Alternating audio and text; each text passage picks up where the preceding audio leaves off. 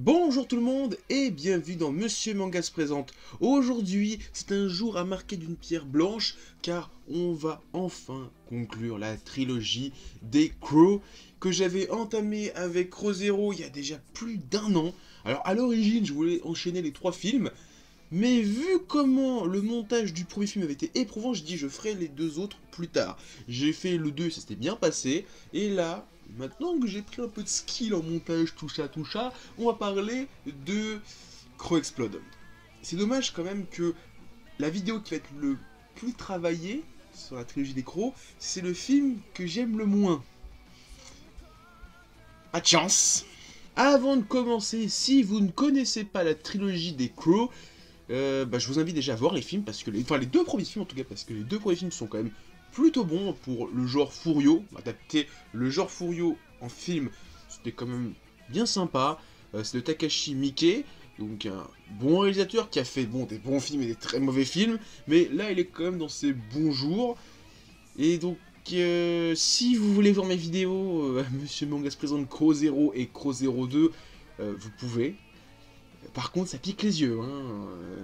Voilà, je vous le dis, que ce soit au niveau du rythme et au niveau de la qualité visuelle et même du montage, ça pique les yeux. Donc je vous invite et je vous désinvite à les voir. Voilà, vous êtes prévenus. Donc voilà, il va être temps de parler de Crow Explode, le 3e film de la trilogie des Crow, et c'est le seul film de la trilogie qui n'est pas réalisé par Takashi Miike. Et comme j'ai déjà dit, c'est le film que j'aime le moins. Est-ce qu'il y a une raison, est-ce qu'il y a une coïncidence à ça? Je ne sais pas, en tout cas, on en parle maintenant.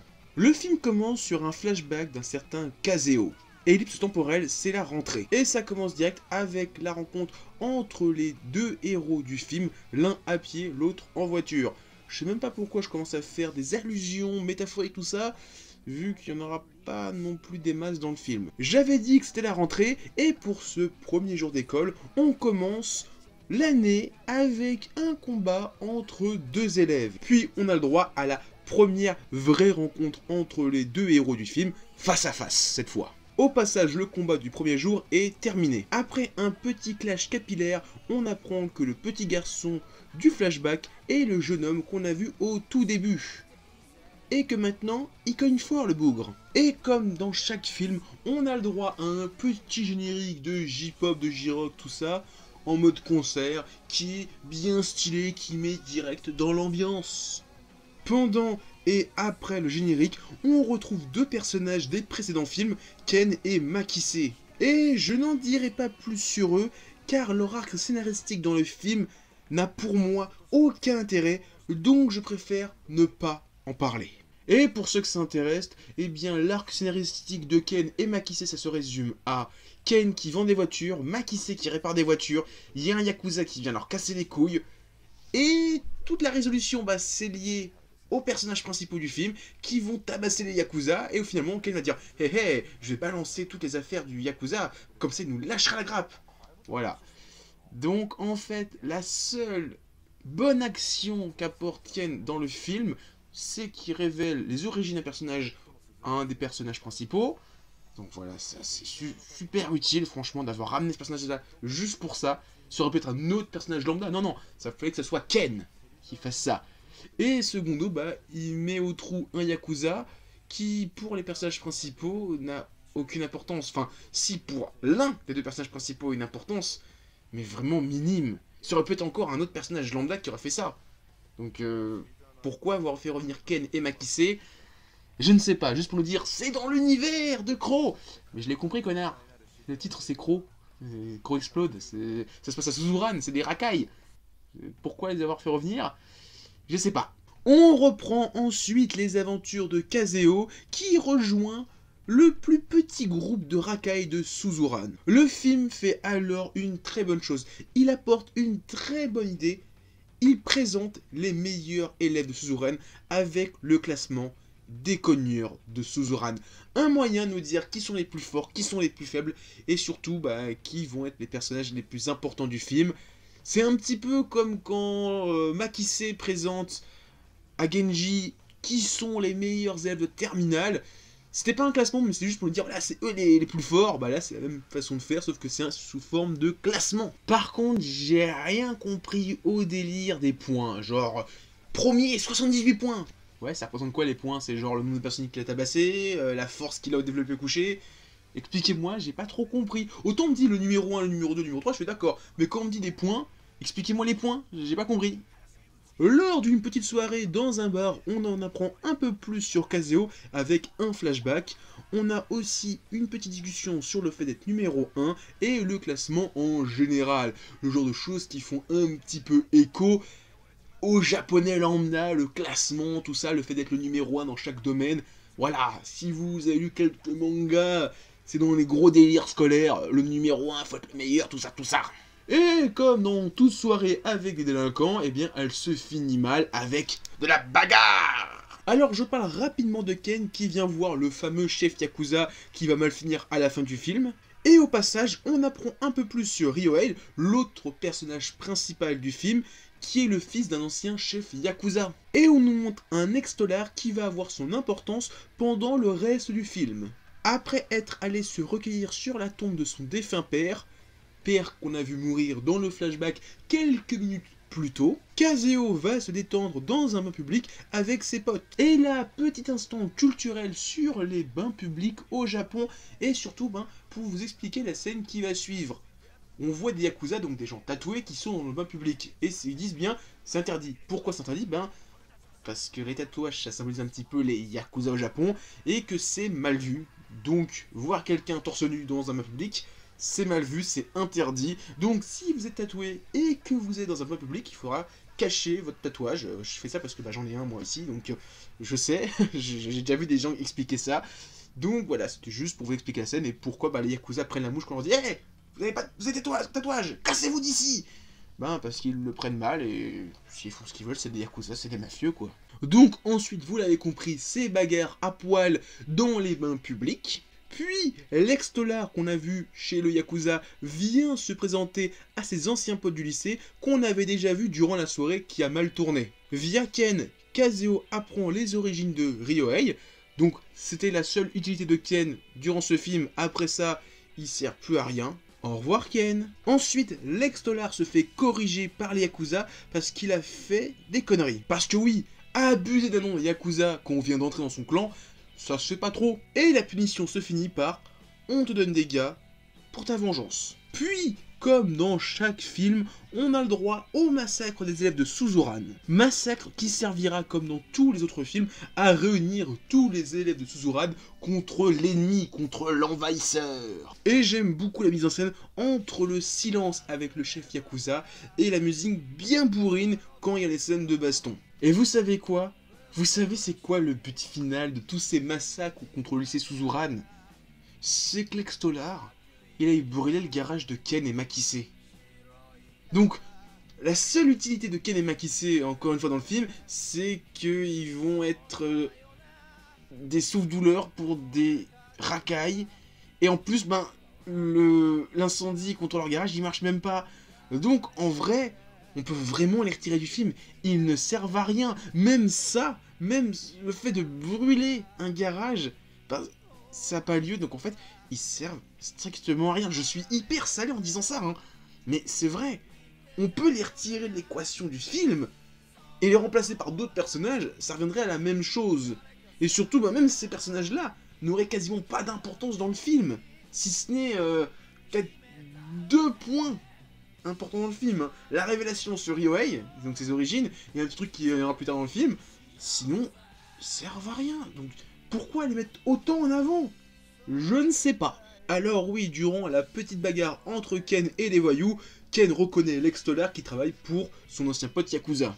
Et on continue sur de la bagarre avec cette fois le numéro 1 de Suzuran contre la bande du Tolard. Puis, on retourne enfin sur Kazeo qui se bagarre contre Black Dynamite, un personnage qu'on avait vu vite fait au tout début du film et qui était un petit peu osef, et il se fait battre rapidement, c'est un one shot, donc il restera osef durant tout le reste du film. Alors que pendant ce temps, du côté de Gura, le numéro 1 de Suzuran, il y a des frictions internes sur ce qu'il faut faire, pas faire. comme d'habitude, hein, dès qu'il y a des problèmes, hein, les mecs qui sont en tête du pouvoir, eh ben, ils sont dans la merde. Après tout ça, on a une petite discussion sur la vie après le lycée entre Ryohei et Lex Tolar. Et j'aime bien cette petite discussion, elle est vraiment super intéressante. Parce qu'avec ça, on voit que ces lycéens mènent une vie d'autodestruction, qui le reconnaissent, et qui va les mener à une vie d'autodestruction durant tout le reste. Hein. Comme ils disent, on va finir Yakuza. Waouh, super vie.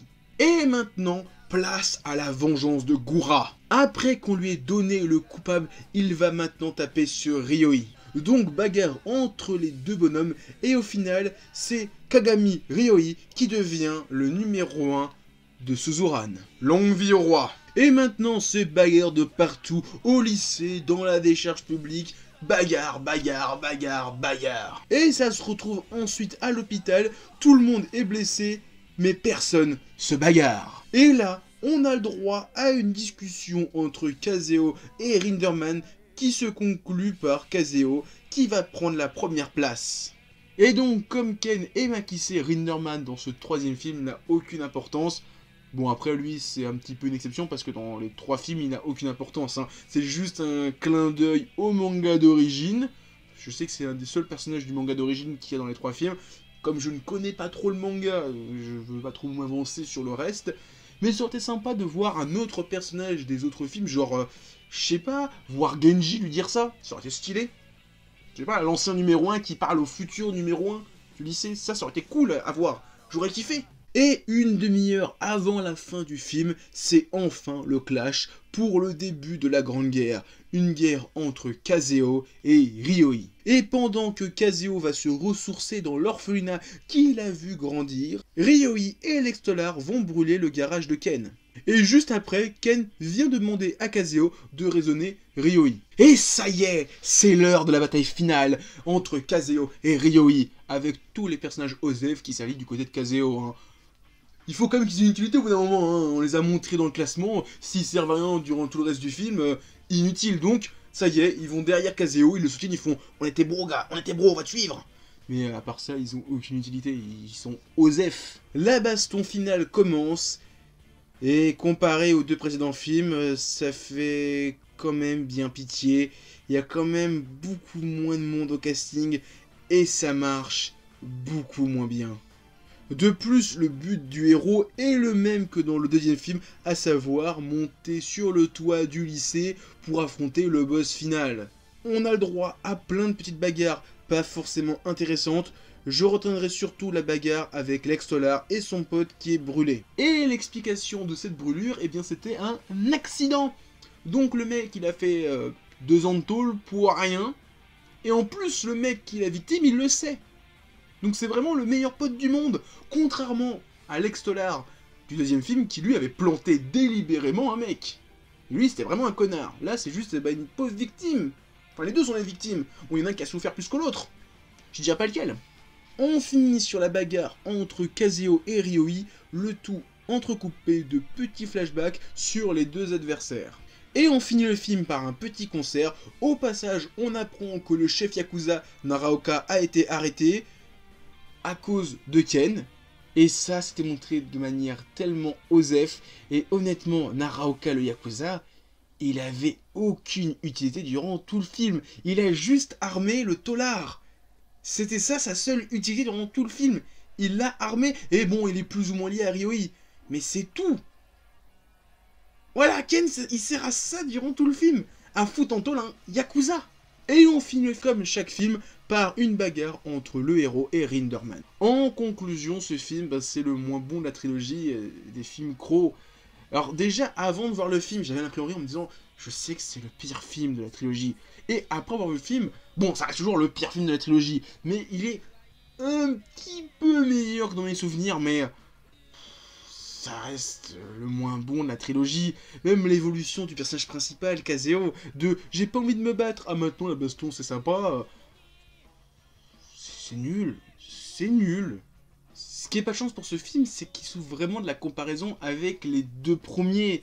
En soi, il est pas mauvais, mais c'est juste que sur une trilogie, c'est un petit peu le vilain petit canard, c'est le moins bon de tous. Même le fait d'avoir ramené les personnages des 2 premiers films, je trouve pas ça mauvais en soi, c'est juste la manière dont ça a été fait ça sert à rien. Rinderman, bon, il sert vraiment à rien durant les 3 films. Mais Makise, c'est un putain de caméo qui sert à rien durant tout le film.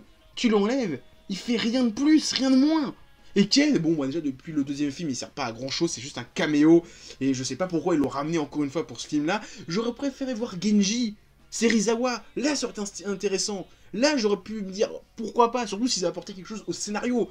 Mais là, les 3 qu'on a, bon, les 2 ennemis qu'on a, hein, parce que je compte pas Rinderman, ils servent à rien. Mais vraiment, à rien. Ce qui aurait été une bonne idée de ramener les personnages des anciens films, c'est le trio de secondes, là, celui qui a une coupe de hérisson, celui qui a des nattes et des lunettes, et celui qui a un masque sur le visage. Ils étaient en seconde dans les 2 premiers films. Donc en théorie, vu que ce film-là se passe quelques mois après le 2e film, l'année suivante, ils sont en première année, donc toujours à Suzuran.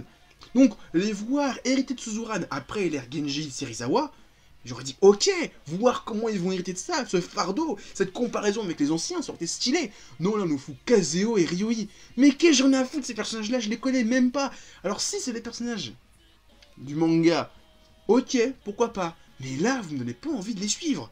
Là, très clairement, j'ai vu ces 2 personnages-là, je me dis, si eux, c'est les personnages principaux de Crow et de, je sais plus c'est quoi l'autre manga, mais même pas en vrai, je vais lire ce manga. J'ai envie de le lire, le manga, mais là, si vous me dites que c'est eux les personnages principaux, oh putain, non.